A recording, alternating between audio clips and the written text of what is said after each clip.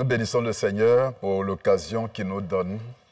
Ce dimanche est un dimanche spécial, ordinaire, mais le Seigneur nous fait la grâce de bénéficier de ce dimanche pour louer le Seigneur, pour écouter la prédication de la parole de Dieu. Chers téléspectateurs, nous voulons vous saluer. L'Église aujourd'hui a prévu le thème suivant, « Car notre Dieu est aussi le feu dévorant ». Je suis heureux d'être à ce rendez-vous avec le très révérend Pierre Hamon, qui est le directeur du département de l'environnement de l'Église méthodiste unie Côte d'Ivoire. Bonne arrivée à vous. Oui, bonjour pasteur. Bonjour à tous nos téléspectateurs et téléspectatrices. Bonjour à vous tous, vous qui nous suivez. Que la grâce de Dieu se repose sur vous. Au nom de Jésus-Christ. Amen. Ensuite, nous recevons, on va voir maintenant les personnalités du département. Absolument. Nous recevons le professeur Memel Frédéric, ou bien Frédéric Memel, qui est le chargé de communication du département de l'environnement pour l'Église méthodiste unie Côte d'Ivoire. Bonne arrivée aussi à vous. Merci, pasteur. Bonjour à vous. C'est un plaisir d'être sur ce plateau et de partager cette émission avec vous. Merci. Ensuite, nous recevons le révérend pasteur Laurent Gou. Il est du circuit d'Abrako, district de Dabou, qui aura la lourde charge de nous apporter l'exhortation de ce jour. Comment vous allez? Par la grâce de Dieu, nous sommes en bonne santé et nous sommes dans la joie de partager ce moment avec le peuple de Dieu. C'est un plaisir pour nous de vous accueillir sur ce plateau pour la toute première fois. Oui, nous partageons vraiment ce plaisir et nous bénissons le Seigneur. Et enfin, nous recevons notre frère Daniel Thuot, qui est conseiller formateur en toxicomanie, chef de service social de la Croix-Bleue. Actuellement, la drogue est en vogue. On a bien voulu le recevoir. Merci. Pour partager avec lui ce moment. Que le Seigneur vous bénisse abondamment. Merci pasteur. C'est un plaisir pour moi d'être sur le même plateau que ces éminentes personnalités, hommes de Dieu. Oui. Bonjour, chers téléspectateurs. Un gros plan va se faire certainement sur le département de l'environnement. C'est pourquoi je vais saluer tous ceux qui sont à mes côtés. On va les saluer de cette façon. Soyez les bienvenus. Le directeur m'a dit que vous venez de Bethel, de quartier Éléphant. Bien sûr. Abidjan Sud, district Abidjan Sud. Nous saluons le surintendant. Nous saluons aussi votre pasteur. Qui est votre pasteur? Isaac Broun. Isaac Broun, qui est aumônier de la communication de l'Église méthodiste unie Côte d'Ivoire. Merci à vous, que le Seigneur vous bénisse abondamment. On va demander au révérend de nous conduire dans la prière. Présenter ce moment au Seigneur. Prions le Seigneur. Tu nous as conservé la vie, notre Dieu et notre Père. Nous sommes dans la joie et nous te bénissons. Nous te disons infiniment merci pour cette occasion que tu nous donnes afin que nous portons nos regards sur tes saintes écritures pour nous renouveler, pour nous fortifier, pour nous orienter, pour nous aider à avancer avec toi. Merci Seigneur pour ta présence au milieu de nous, au nom de Jésus. Amen. Amen. Vous avez compris, nous avons dit que nous allons faire un gros plan sur le département de l'environnement, qui est un département très nouveau, très récent. Certainement, on nous donnera ce pourquoi le biche a bien voulu qu'on puisse avoir ce département. Ensuite, on parlera de la drogue, mais il nous fera certainement l'introduction, parce qu'on aura l'occasion de le recevoir sur ce plateau pour nous aider, parce que c'est un fléau très dangereux, non seulement pour les adultes, les enfants, la communauté, la famille, toute la voilà. Nation. Voilà. Et puis, on va écouter l'exhortation du jour autour du thème « Car notre Dieu est aussi le feu dévorant ». Hébreux chapitre 12, verset 29. Ils sont habillés de cette façon, cela veut dire quoi? C'est le choix que nous avons fait. On avait l'habitude de choisir des polos, des t-shirts, mais on s'est rendu compte que les polos et les t-shirts, à chaque activité, il faut réimprimer, ça nous fait gaspiller beaucoup d'argent.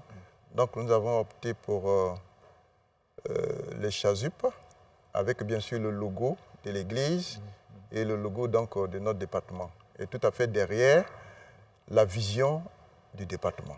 Non, on va demander à la petite de se tenir debout et puis on va regarder derrière ce qui est écrit. Tenez-vous debout, regardez de l'autre côté.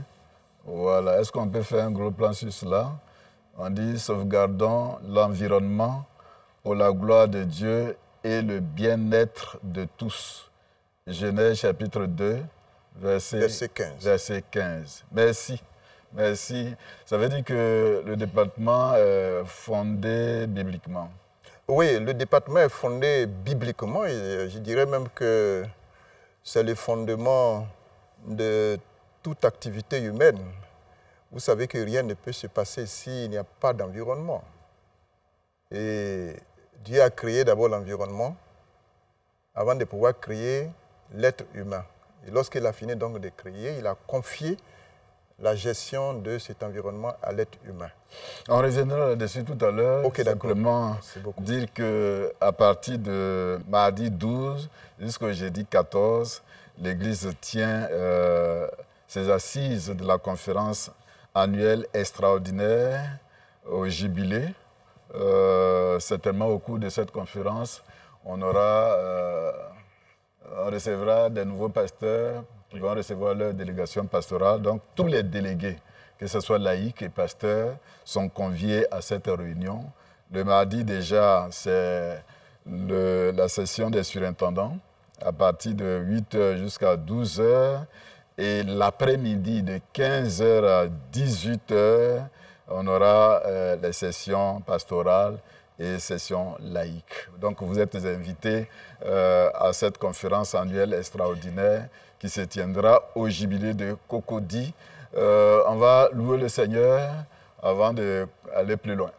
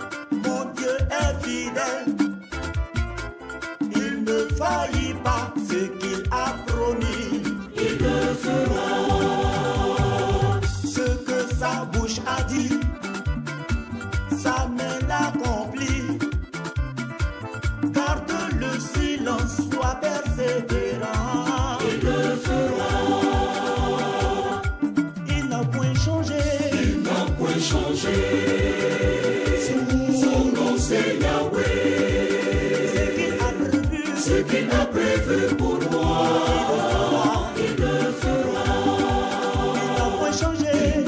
changer. Son nom c'est Yahweh. Ce qu'il a prévu pour moi, il le fera. Il le fera. Il le fera. Il le fera. Il le fera. Il n'a point changé. Il n'a point changé au bout. Ce qu'il a prévu pour moi, il le fera. Il le fera.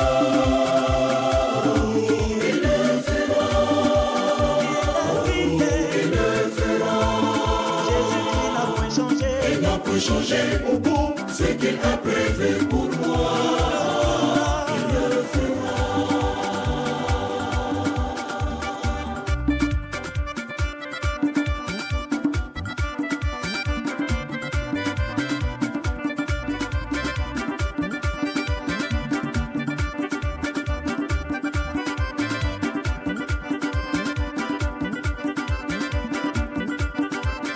Il le fera. Il le fera. Pour ta famille, il le fera. Il le fera. Pour ton mariage, il le fera. Il le fera. Pour ton travail, il le fera. Il le fera. Pour tes bénédictions, il le fera. Il le fera.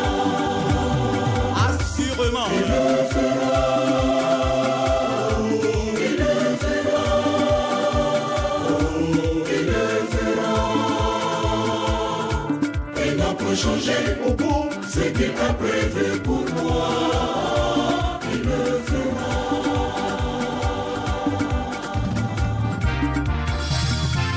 Ma situation dépend de toi. Oh l'Éternel, dis-moi un mot et tout va changer.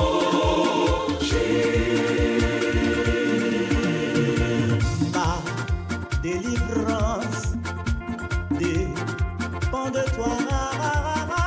Oh l'Éternel, dis-moi un mot et tout va changer.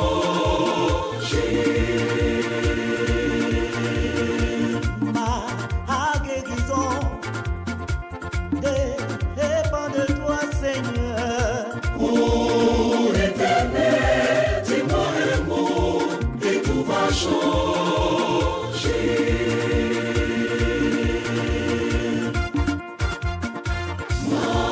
Situation dépend de toi.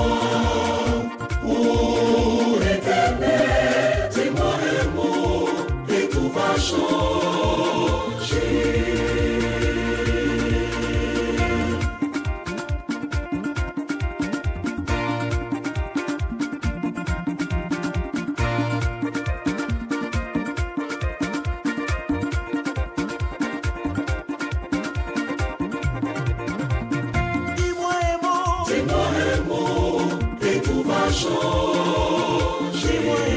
Dis-moi un mot et tout va changer. Dis-moi un mot, dis-moi un mot et tout va changer. Dis-moi un mot et tout va changer.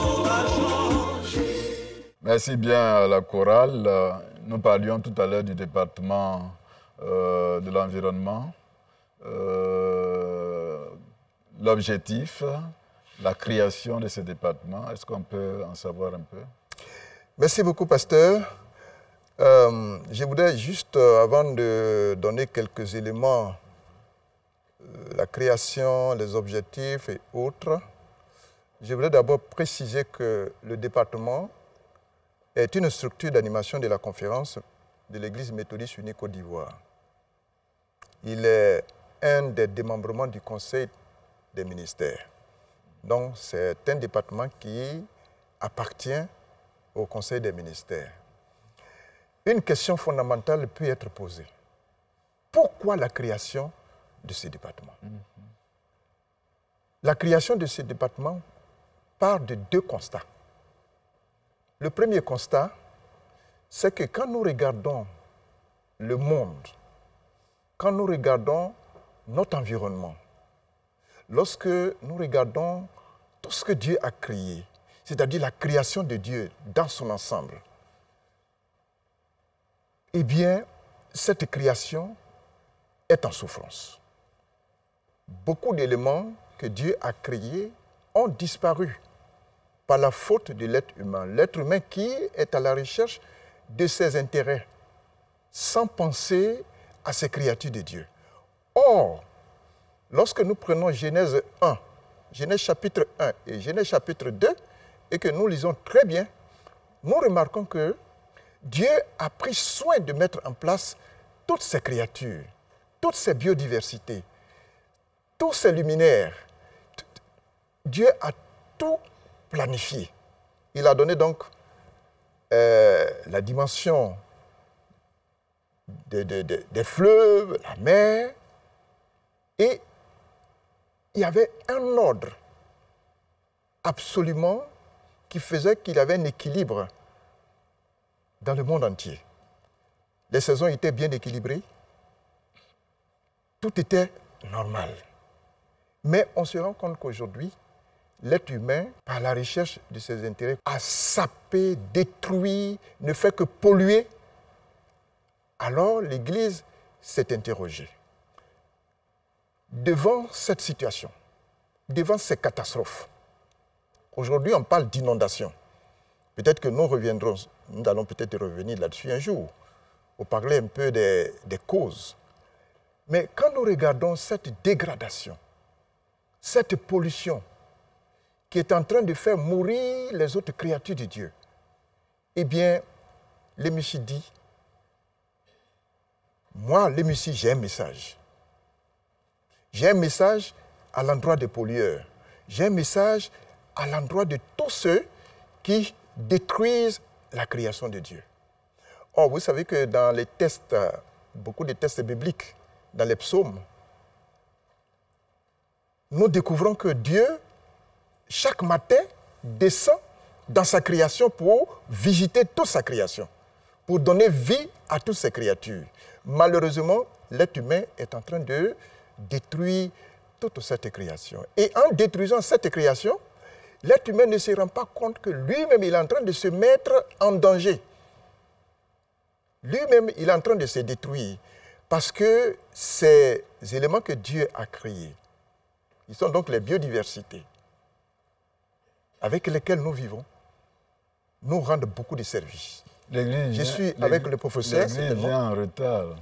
L'Église ne vient pas en retard. Est-ce que vous m'avez compris? J'ai bien compris.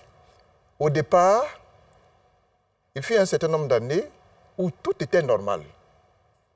Mais on s'est rendu compte qu'avec le développement, avec la vitesse, je dirais, la vitesse de la recherche des intérêts, tout le monde, les êtres humains continuent de s'augmenter, alors les besoins s'augmentent, on détruit beaucoup plus et on s'est c'est pourquoi je suis en train de dire, l'Église, vous venez en retard.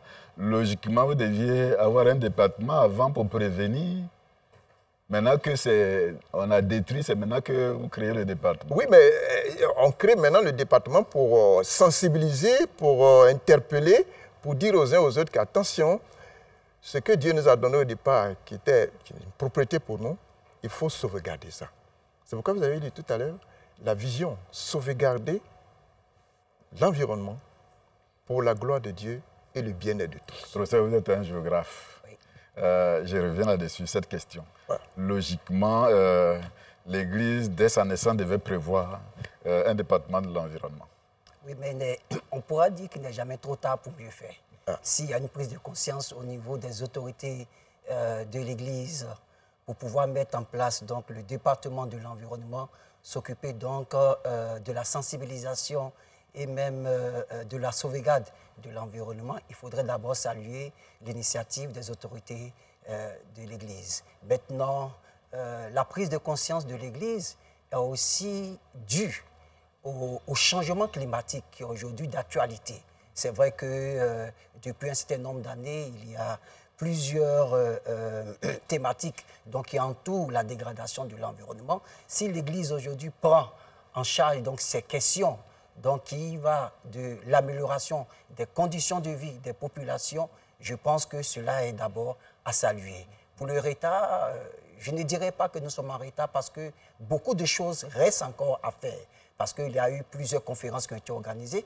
Tout récemment, même ici en Côte d'Ivoire, on a eu la COP donc, 15 sur les questions de la désertification. Il y a eu, à la suite, dans le mois donc, de juin, la conférence des Nations Unies sur la question donc, des océans. C'est pour dire qu'aujourd'hui, tous les éléments qui nous environnent, parce que la définition simpliste de l'environnement, c'est ça. C'est l'ensemble des éléments qui nous environnent, l'ensemble des éléments qui nous environnent, que ce soit les éléments naturels, que ce soit les éléments socio-économiques, ce sont ces éléments-là. Donc s'il y a une prise de conscience de la population par l'entremise de l'Église, je pense que cela est à saluer. C'est une grande responsabilité, très révérend. Oui, absolument. Que vous avez. Quels sont les démembrements du département? Parce que vous ne pouvez pas rester seulement à Abidjan. Oui, on ne reste pas. Nous sommes étendus sur tout le territoire ivoirien. Nous avons donc des représentants dans chaque district. Et il y a même des comités également aussi au niveau donc, des districts, au niveau donc, des circuits. C'est vrai que nous n'avons pas encore fini d'installer donc, les comités donc, dans chaque église, dans chaque circuit. Mais petit à petit, nous sommes en train de nous étendre, disons que, au niveau donc, de toute la Côte d'Ivoire. Et vous savez que l'Église méthodiste unie va au-delà même. Aujourd'hui, nous sommes au Mali, nous sommes en Guinée, nous sommes au Cameroun, nous sommes au Sénégal. Voilà. Bon, donc, nous avons une très grande responsabilité de faire en sorte que le département soit connu au niveau de tous les districts et au niveau donc de toute l'Église dans son entièreté. Quel est le travail que vous faites Nous faisons donc du travail de sensibilisation. Nous avons des séminaires que nous organisons et nous avons aussi des activités que nous menons. Nous sommes sur le plateau ici avec un comité. C'est le comité d'environnement de l'Église méthodiste unie Bethel du quartier Éléphant, que tout à l'heure vous avez présenté. C'est un des comités très actifs qui organise pratiquement chaque mois 2 activités d'environnement. Que ce soit au niveau donc du nettoyage, la sensibilisation, l'assainissement. Voilà. Et le comité veut aller très loin. Veut même initier le planting d'arbres. Hein, le planting d'arbres. Parce qu'aujourd'hui, quand vous voyez nos quartiers, surtout je vais parler d'Abidjan, comme aussi à l'intérieur, on a complètement rasé donc les arbres et donc on a rendu les rues nues à telle enseigne qu'un petit vent, une petite pluie, vous avez donc des inondations partout. Alors, donc ce comité est vraiment à pied d'œuvre. Et il y a d'autres comités également aussi qui travaillent, ils sont en train donc de faire du travail. Ce n'est pas facile, mais je pense qu'avec l'appui de Dieu, avec l'appui du Seigneur et aussi l'appui de la conférence, nous allons y arriver. Le chargé de communication a une grande responsabilité. Absolument. C'est pourquoi vous avez voulu qu'il soit sur ce plateau. Oui, pour qu'il soit là, oui, absolument. Parce que tout réussit par la communication. S'il n'y a pas une bonne communication, si on ne fait pas une communication comme il le faut, il nous serait difficile de pouvoir atteindre notre cible. La conférence, ce n'est pas seulement à Abidjan. Hein. L'église, ce n'est pas seulement à Abidjan. À l'intérieur, dans mon village, est-ce que les gens connaissent cela? On en parle, comme je l'ai dit tout à l'heure, petit à petit, nous allons gagner du terrain. On va gagner du terrain. Et je vous le dis honnêtement, hein, aujourd'hui, lorsqu'on parle d'environnement, c'est difficile. Pour d'autres personnes, c'est quelque chose qui n'existe pas. D'autres même me demandent, mais c'est quoi environnement, c'est quoi? Alors, je rends grâce à Dieu et j'ai béni le nom du Seigneur pour l'Église méthodiste unie d'avoir pensé à mettre ce département en son sein. Je pense que petit à petit, vous avez les moyens. C'est Dieu qui donne les moyens. On fait notre petit bout de chemin et je pense que petit à petit, nous allons y arriver. On commence à avoir maintenant des partenaires et autres. Notre premier partenaire, c'est donc notre Église. Et donc l'Église nous soutient beaucoup. Et donc je pense que nous allons vraiment y arriver. On va arriver à pouvoir... Un département très récent. Oui. Est-ce qu'on peut... D'ailleurs, même le dernier département né. Le dernier département. Ah, voilà. Est-ce qu'on peut savoir ce que vous avez déjà fait jusqu'à aujourd'hui?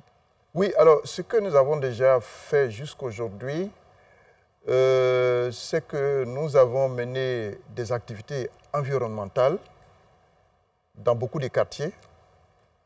Je vous donnais l'exemple tout à l'heure du quartier Bethel.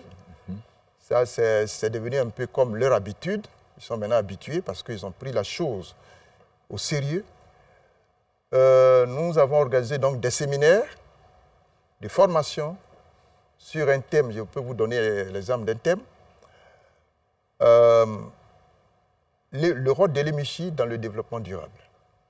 Voilà. Nous avons donc eu un séminaire sur ça à l'église méthodiste unie Cité des Grâces. Et ça a intéressé beaucoup de gens. On a invité donc nos points focaux, les représentants donc, des districts, départements, il y en a qui sont venus. Et nous avons donc débattu ce thème. Chaque année, nous organisons également la journée nationale méthodiste de l'environnement. Voilà. L'année dernière, nous l'avons fait à Lopo. Cette année, nous sommes à pied d'œuvre pour préparer donc cette journée. Voilà. Et cette journée draine du monde. Et au cours donc, de cette journée, nous lançons donc l'appel au respect de l'environnement, à la sauvegarde de l'environnement. Et cette année, si vous me permettez, le thème c'est la foi de Noé pour sauver nos plages. Hébreux 11, verset 7. Parce que nous voulons mettre l'accent sur l'entretien de nos plages, qui aujourd'hui nous cause d'énormes difficultés. La preuve est qu'il y a certains poissons, on a retrouvé des plastiques à l'intérieur de leurs ventres. Parce que nos plages sont sales et lorsque les vagues viennent, les vagues prennent donc tout ce qui est saleté, tout ce qui est plastique, les rejettent donc dans la mer et les poissons consomment. Donc aujourd'hui, l'EMICHI veut mettre l'accent sur la propreté de nos plages. Il est très bien placé, le professeur qui est chargé de communication. J'étais en train de savoir tout à l'heure les démembrements du département. Mais aujourd'hui, on est à l'évidence des inondations. Oui, merci, révérend. La question de la sauvegarde, de la protection de l'environnement touche beaucoup d'aspects de notre vie quotidienne. Aujourd'hui, on se rend compte que l'impact de l'activité humaine aujourd'hui sur le cadre de vie de l'homme est à pointer du doigt. Et donc, ce qui nous amène à avoir ces catastrophes naturelles que nous vivons, soit les inondations, les éboulements, les glissements des terrains, l'érosion côtière, tous ces différents problèmes que nous avons. Mais on peut y ajouter le phénomène d'urbanisation galopante, qui aujourd'hui, on voit des espaces qui devaient constituer des espaces verts, donc des espaces naturels, qui sont beaucoup aujourd'hui exploités par la question des lotissements. Et donc, on lotit dans nos espaces, dans nos villes, sans tenir compte de la nature du site, sans tenir compte du relief. Et par la suite, nous sommes étonnés donc, des conséquences que nous vivons dans nos différents espaces-là. C'est aujourd'hui le rôle du département d'arriver à sensibiliser les chrétiens et même les citoyens à être des éco-citoyens. C'est-à-dire à poser des actes, à faire ce qu'il faut faire dans nos espaces, dans nos milieux de vie, pour que nous arrivions donc à préserver notre environnement. Parce que la conséquence donc, de tout cela, de la destruction de l'environnement, c'est ce que nous observons aujourd'hui, la montée des eaux, les inondations, la dégradation du cadre de vie, la pollution de l'air, la pollution sonore, etc., etc. Donc le département est créé pour sensibiliser donc, les chrétiens, les fidèles, pour sensibiliser le peuple de Dieu, pour sensibiliser la nation ivoirienne à la prise de conscience de tous ces phénomènes, de toutes ces thématiques, devant nous permettre de vivre dans un cadre de vie meilleur, afin que l'équilibre soit créé. Et donc, je pense que les moyens seront trouvés si chacun de nous y met vraiment de son amour et de sa participation, surtout de son degré de citoyenneté dans cette œuvre et dans cette mission. Je te dit tout à l'heure que mais le peuple de Dieu, il est indifférent de l'environnement, ça ne leur dit rien. Quand on parle de l'environnement, ça ne les dérange pas, votre responsabilité? Oui, c'est pourquoi nous organisons Nous passons sur des plateaux de télévision, nous passons sur des plateaux donc, de radio. Nous avons animé beaucoup d'émissions dans ce cadre au niveau du département de l'environnement sur la gestion des déchets, sur l'entretien de nos lieux de culte et même l'entretien de nos cas de vie. Donc nous menons au fur et à mesure ces sensibilisations et nous pensons avec l'aide de Dieu que ces choses vont s'améliorer avec le comportement. Mais l'autre élément, c'est qu'il y a la croissance démographique et la paupérisation de la population amène les citoyens à avoir un comportement autre que celui que nous devons avoir dans notre vie, dans notre milieu de vie. Donc, je pense que le département est créé. Donnons les moyens à ce département pour pouvoir aller là où il faut pour sensibiliser nos populations. Alors, journée, oui, allez-y. Voilà. Rapidement. La question que vous avez posée est une question qui est très pertinente. En termes de dénombrement, le département a en son sein au moins 15 sous-comités. Je peux citer pêle-mêle quelques sous-comités. On a le sous-comité communication. Nous avons un sous-comité qui va s'occuper essentiellement de l'environnement des lieux ecclésiastiques. Quand je parle de l'environnement des lieux ecclésiastiques, il s'agit bien sûr des cours de nos églises, cours donc des presbytères, les clôtures, les temples. Ça, il y a un comité, il y a un responsable qui est chargé de pouvoir réfléchir sur ça. Il y a un sous-comité chargé de la culture biologique. Parce qu'aujourd'hui, on s'est rendu compte que nous consommons, tout ce que nous consommons est à base de produits chimiques. Donc, nous voulons promouvoir au sein donc, du département la culture biologique.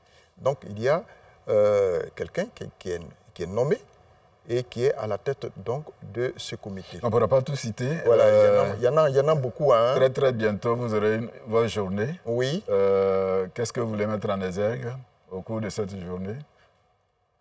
Mais on veut mettre en exergue non seulement les actions du département, mais en même temps interpeller toute la population ivoirienne et le monde entier à la sauvegarde et à l'entretien des plages.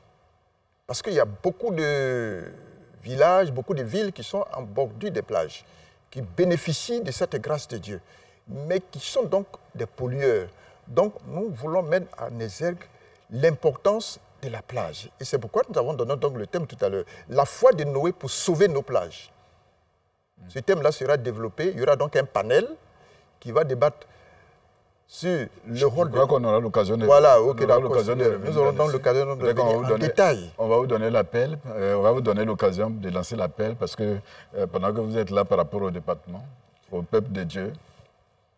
Je voulais dire au peuple de Dieu d'être à l'écoute, de suivre nos émissions au niveau donc, de la Voix de l'Espérance et de se mobiliser pour cette journée qui arrive. Je crois qu'on peut revenir là-dessus. On va d'abord aborder l'autre point de notre rencontre. Merci beaucoup. Daniel, c'est à vous, parce que nous le disions en début d'émission que la drogue est d'actualité. Qu'est-ce que c'est que la drogue? Est-ce qu'on peut savoir les différentes sortes de drogues? On ne peut pas aller peut-être très loin, mais on va introduire. Parce que vous aurez l'occasion de revenir là. D'une façon générale, il faut dire que les drogues, c'est des produits c'est des substances qui sont omniprésentes, c'est-à-dire qu'on en trouve partout. Je parle de la drogue en tant que phénomène global, en tant que phénomène général. Les drogues sont vraiment omniprésentes. On en a dans la nature, dans nos maisons, dans nos bureaux, dans nos rues, dans nos écoles, il y en a partout. C'est lié aussi à l'environnement. Oui, oui. Au même moment, il est difficile de dire d'une façon consensuelle c'est quoi une drogue.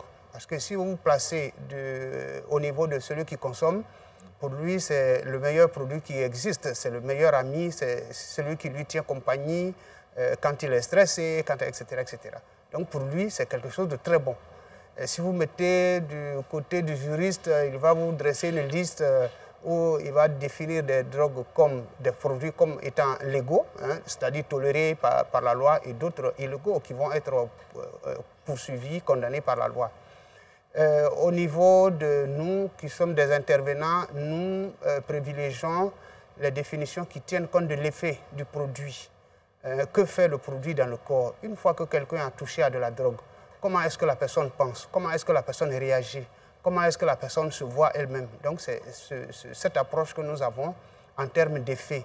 Parce que les dispositions juridiques vont évoluer dans l'espace et dans le temps aussi, alors que l'effet du produit sur l'individu est relativement stable.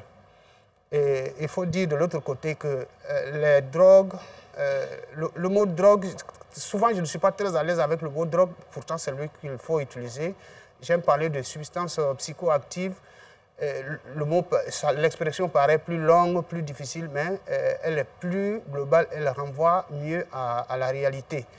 Parce que si vous prenez certains produits qui ont une valeur légale, c'est-à-dire qui sont tolérés par la loi, les gens auront du mal à accepter qu'ils soient en train de prendre des drogues, alors que c'est des produits qui peuvent les amener à l'hôpital. Alors, donc, les maladies provoquées par toutes ces substances, les drogues et les substances voisines, ce sont des maladies du cerveau, c'est des maladies environnementales qu'on va trouver dans le milieu, c'est des maladies de la relation à soi. Qui suis-je? Que disent les gens de moi? Qu'est-ce que je pense de moi-même? C'est des maladies de la vie intérieure. Je pense qu'on aura l'occasion de revenir là-dessus. Maintenant, combien de drogues il y a? On ne peut pas dire combien de drogues il y a. Par contre, on peut dire combien de types de drogues, combien de classes de drogues on a. On en a principalement 3. Il y a un premier groupe qui va ralentir l'activité du sujet, qui va ralentir la vie mentale du sujet, qui va ralentir le fonctionnement du cerveau. Donc, on va parler de tranquillisants, on va parler de dépresseurs. Et on peut décrire un deuxième groupe qui va faire le contraire des drogues du premier groupe. Donc, ce deuxième groupe va accélérer le fonctionnement du cerveau, de la vie mentale, etc. On va parler de stimulants. Et le troisième groupe, c'est des perturbateurs, des hallucinogènes, qui vont créer des perceptions sans objet à percevoir. C'est-à-dire, quelqu'un peut vous dire « j'entends des voix », alors que la voix n'existe que dans son cerveau. Donc, on peut parler de groupes, de types de drogues, pas d'un nombre de drogues, parce qu'il y en a autant qu'on veut. Concernant les conséquences des drogues, les conséquences vont de l'individu. Avant les conséquences, oui. Vous avez cité pêle-mêle ou 3 groupes. Mais comment c'est exposé ou comment on trouve ça et puis les enfants, les personnes puissent savoir cela? Elles existent. Alors, je vous ai parlé de drogues légales ou bien illicites, c'est-à-dire des drogues tolérées par la loi. Nous considérons par exemple l'alcool comme une drogue. L'alcool est disponible partout. Dans tous les coins de rue, vous pouvez avoir de l'alcool, qu'il s'agisse de produits industriels ou artisanaux. Donc, c'est un exemple de disponibilité du produit. Hein, il y a aussi les autres drogues comme la cocaïne, dont on parle beaucoup depuis peu dans notre pays. Donc, les produits sont disponibles, vraiment, et c'est les usagers qui savent où les trouver beaucoup plus facilement que vous et moi, qui ne sommes pas usagers. Voilà, c'est ça qu'il faut dire. Donc, je parlais des conséquences. Les conséquences vont de l'individu à l'État lui-même. C'est-à-dire, au niveau de l'individu, on a des conséquences physiologiques, c'est-à-dire des maladies physiques. On a des conséquences mentales, des maladies mentales qui peuvent survenir lorsque vous jouez avec les drogues. Et au niveau de la cellule familiale, on peut avoir une désorganisation de la famille à cause de l'usage de drogue, parce que la prise en charge, elle est lourde. Elle est lourde et puis elle va dans tous les sens. Au niveau de la société, de la communauté, on a des risques. Les risques sécuritaires, par exemple. Et au niveau de l'État, c'est un problème de développement. Et toutes les nations savent que lutter contre les drogues, c'est prendre en charge une question de développement. Donc, c'est vraiment tout le spectre de l'individu, du développement qui est en jeu lorsqu'on parle de drogue. Voilà ce qu'on peut dire. Heureusement qu'il y a des structures de prise en charge qui existent, qui peuvent aider les populations à soit prévenir les drogues. On a des compétences pour faire la prévention des drogues avec les populations vulnérables, les populations clés qui sont déjà, je peux citer les écoles, les élèves, les jeunes, etc., mais aussi pour la formation des adultes. Donc, il existe des compétences, mais aussi des structures qui peuvent être des structures privées ou des structures publiques qui peuvent intervenir dans la prise en charge curative pour guérir. Nous, on ne parle pas vraiment de guérison, mais c'est pour les besoins de la communication, pour stabiliser ceux qui prennent ces produits-là. C'est tout ce qu'on peut dire aujourd'hui. Si vous voulez, on peut parler encore pendant des heures. Qu'est-ce qui est important pour nous avant d'aller certainement... Ce qui est important, c'est que la lutte contre les drogues passe par une décision personnelle de l'individu. Ça, c'est vraiment important. Ouais. Il faut que chacun s'approprie cette lutte-là. La drogue ne passe pas par moi et elle ne passe pas par la société. Voilà. Donc, c'est déjà ce que je peux vous dire. Donc, un conseil? Le conseil, ce que je peux demander... Bien sûr, on va revenir là-dessus. Hein. Vous êtes en train de faire une introduction. Une introduction. Hein, mais un conseil? Un conseil... Ceux qui nous écoutent maintenant, qui nous regardent. Par rapport à ceux qui nous regardent, le conseil que je peux donner, c'est que les adultes doivent s'impliquer dans l'éducation des enfants d'une façon responsable. Ça, je peux le dire.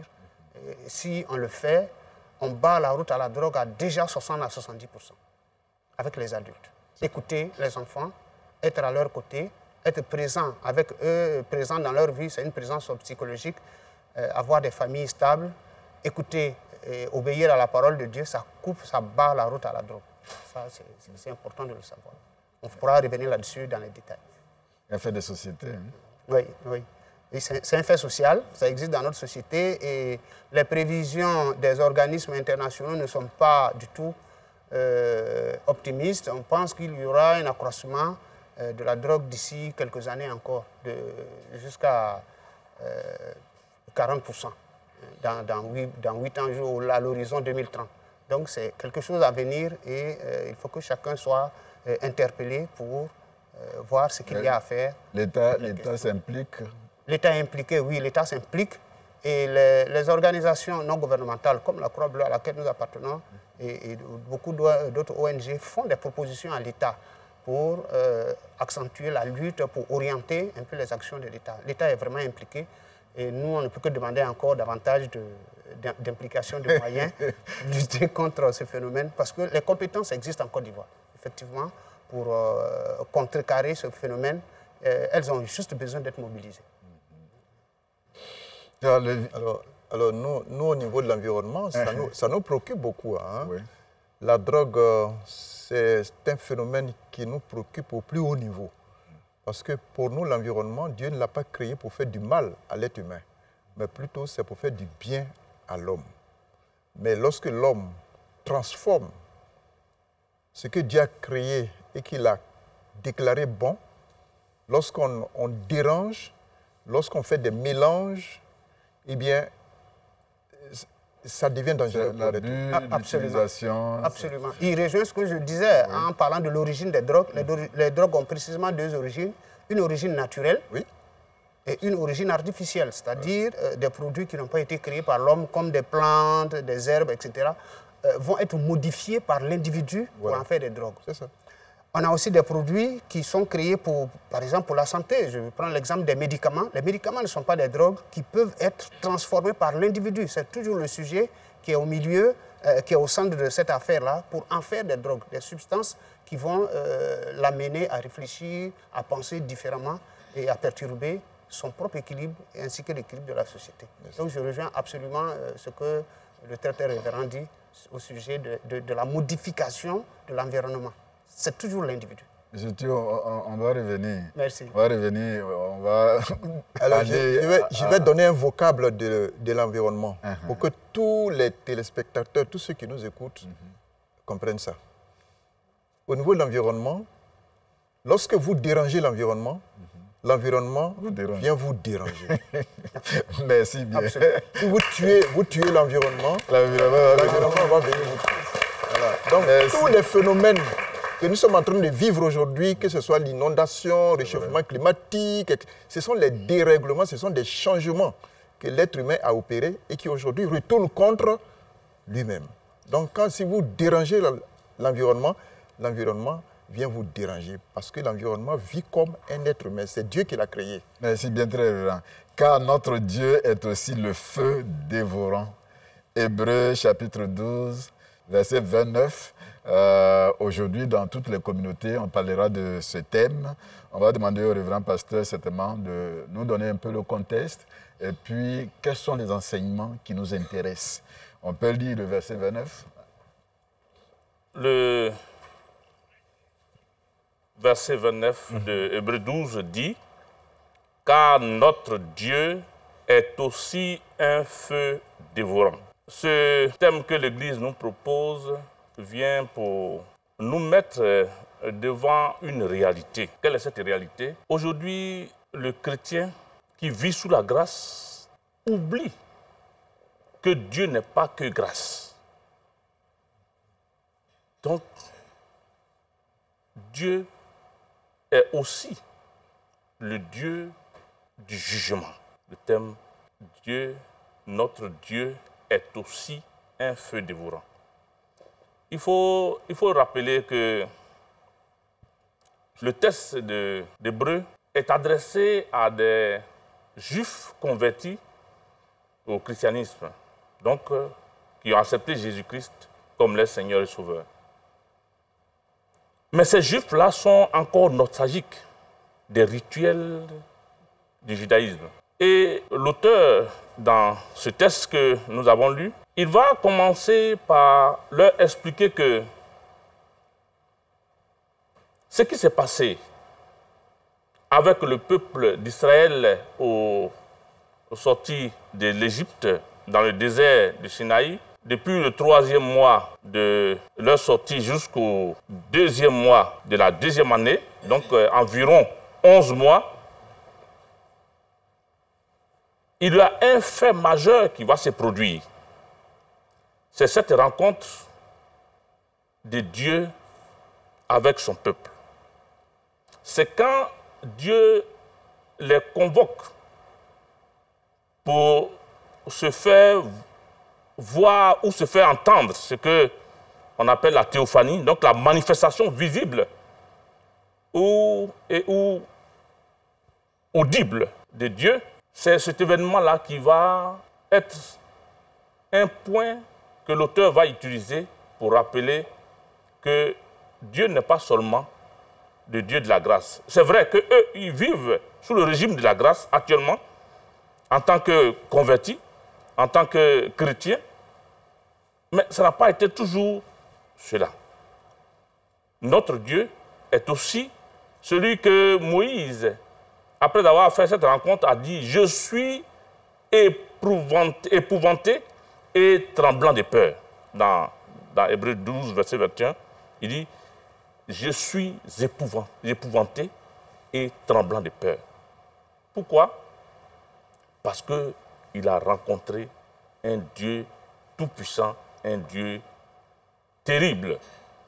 Et il y a dans le caractère redoutable de ce Dieu, il y a 7 mots ou 7 événements qui se sont produits, qui ont amené le peuple à se ressaisir, autant dans le désert du Sinaï.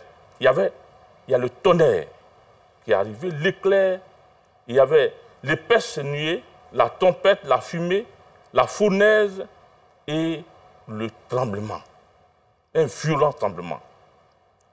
Quand ces événements sont produits, le peuple a dit à Moïse, sois notre médiateur. Nous ne pouvons pas rencontrer ce Dieu terrible. Nous préférons que tu sois le médiateur entre nous et Dieu, et nous allons t'écouter.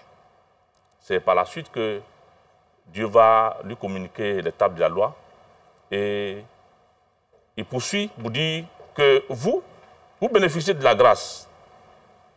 Contrairement à ce qui s'est passé sur le mont Sinaï, vous êtes sur la montagne de Sion. Mais cette montagne de Sion n'est pas en réalité ce lieu qui est près de Jérusalem. Mais ici, c'est la Jérusalem céleste. C'est la cité de Dieu, comme Hébreux l'a souligné, la cité de Dieu. Donc, c'est un lieu où il y a aussi des êtres il a parlé des myriades d'anges qui célèbrent le Seigneur autour de son trône. Et parmi donc, ces dizaines de milliers d'anges, il y a l'assemblée des premiers-nés, donc des chrétiens convertis, cohéritiers avec le Seigneur. En plus de cette catégorie de personnes de la Nouvelle Alliance, nous avons les justes parvenus à la perfection, qui sont en réalité les saints de l'Ancien Testament. Et maintenant, pour clore ou pour fermer le tableau, nous avons le médiateur en la personne de Jésus-Christ lui-même sur cette montagne de Sion. C'est donc un peuple qui est transporté dans les lieux glorieux où il célèbre jour et nuit le Seigneur. Qu'est-ce qu'on peut retenir aujourd'hui?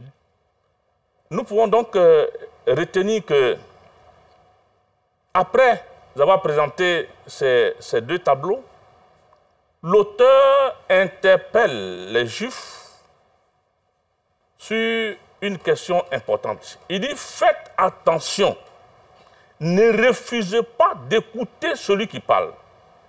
Celui qui parle, c'est Dieu lui-même. Il dit de ne pas négliger la grâce qui leur a été donnée par les mérites du sang de Jésus. Parce que le Dieu que nous servons, le Dieu que nous adorons, est aussi un feu dévorant. Donc un Dieu qui peut juger les actes que nous posons. Tout à l'heure, le directeur du département parlait de l'agression de l'homme sur la nature. Nous avons reçu gracieusement la nature et nous devons en prendre soin. Parce que si nous ne respectons pas cette grâce va retourner contre nous en termes de feu. C'est ce Dieu de jugement qu'il est question ici. Et donc, deux enseignements peuvent sortir de ce que nous avons dit. Le premier enseignement, la grâce ne doit pas nous pousser, en tant qu'enfants de Dieu, ne doit pas nous pousser au désordre, au libertinage. Ce n'est pas parce que nous vivons sous le régime de la grâce que tout est utile pour nous. Tout est permis, mais tout n'est pas utile. Nous devons donc faire attention à ce que nous faisons, à ce que nous disons et à la grâce que Dieu nous a fait d'être enfants de Dieu. Deuxième enseignement, c'est que nous devons apprendre à écouter et à connaître le Seigneur que nous servons. Si nous n'écoutons pas Dieu, nous ne pouvons pas savoir ce qui est de sa volonté profonde. Si nous ne prenons pas le temps pour étudier, pour méditer la parole de Dieu, où il a déjà mis tout ce qui est nécessaire pour nous, nous allons faire fausse route et nous serons responsables de ce qui va nous arriver. Il faut donc dire qu'aujourd'hui, n'oublions pas, notre Dieu est un Dieu d'amour, mais il est aussi le Dieu qui juge les actes que nous posons. Restons donc connectés à ce Dieu, soumis à ce Dieu, restons à ses pieds pour apprendre et pour le connaître, afin que notre vie soit meilleure. Que le Seigneur nous bénisse. Amen. Amen. Amen. Amen. Nous sommes pratiquement à la fin de ce rendez-vous. On aura l'occasion de revenir sur le département quand la date sera prise par rapport à la journée, mais rappelez simplement que dès ce mardi 12 jusqu'au jeudi 14, l'Église est en conférence annuelle extraordinaire au Temple du Jubilé. Je voudrais particulièrement me réjouir de votre présence ici pour toutes ces informations que vous nous avez données. On aura l'occasion de revenir avec vous, le département de l'environnement, avec notre ami Thio Daniel, qui est de la Croix-Bleue, Révérend pasteur, merci pour ce message. On vit sous la grâce, mais faisons attention pour ne pas vivre dans le désordre, pour détruire l'environnement, sinon nous serons aussi détruits. Que le Seigneur nous bénisse. Merci à vous. On va se voir à votre journée. Que le Seigneur vous bénisse. Dimanche prochain, nous serons encore là. Mais d'ici là, que la grâce de Dieu vous accompagne. Amen. Amen. Amen.